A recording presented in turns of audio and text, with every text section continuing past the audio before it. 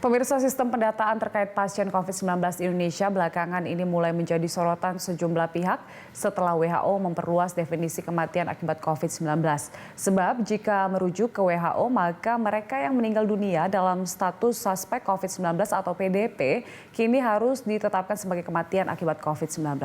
Sementara gugus tugas percepatan penanganan COVID-19 selama ini hanya mencatat kematian COVID-19 bagi pasien yang telah dinyatakan positif saja dan tidak bagi yang masih berstatus suspek atau PDP.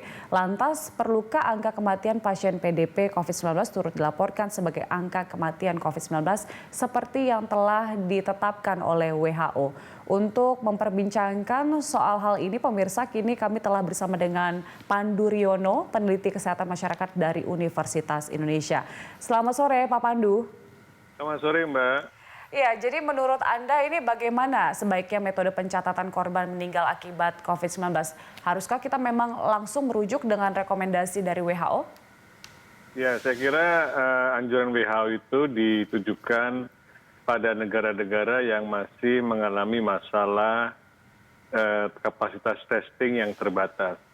Sehingga kalau ada PDP atau orang yang suspek COVID, itu sebagian besar mungkin tidak sempat diperiksa atau hasilnya belum keluar pemeriksaan tersebut. Sehingga kita perlu melaporkan juga selama dia statusnya PDP, kita laporkan sebagai PDP yang meninggal. Yang terkonfirmasi tetap dilaporkan yang terkonfirmasi. Sehingga kita bisa melihat masyarakat bagaimana data yang sudah dilaporkan tersebut. Karena kalau tidak, nanti seakan-akan ada data yang tidak dilaporkan. Laporkan saja karena itu akan memberikan kejelasan bagi kita semua dan juga kejelasan bagi pemerintah bahwa masih ada masalah dalam testing, terutama adalah testing pada PDP. Tapi menurut Anda sejauh ini testing untuk COVID-19 di Indonesia seperti apa, Pak Pandu? Yang saya dengar sudah baik, sudah meningkat, tapi masih ada antrian. Jadi PDP mungkin saja sebelum waktu datang ke rumah sakit, kemudian meninggal di ruang gawat darurat, tidak sempat diambil swabnya, atau sudah diambil swabnya karena masih ada antrian, mungkin sampai 3 sampai 5 hari, sehingga waktu meninggal dia tidak ketahuan apakah negatif atau positif. Tapi karena sudah dicurigai sebagai orang dengan suspek COVID, maka kita protokol tetap berjalan.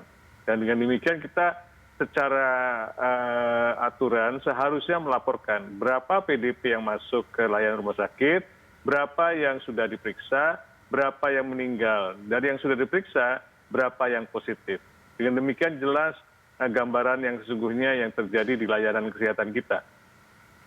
Tapi kan sejauh ini pemerintah sebenarnya sudah melaporkan berapa ODP, PDP, dan juga yang meninggal dunia begitu.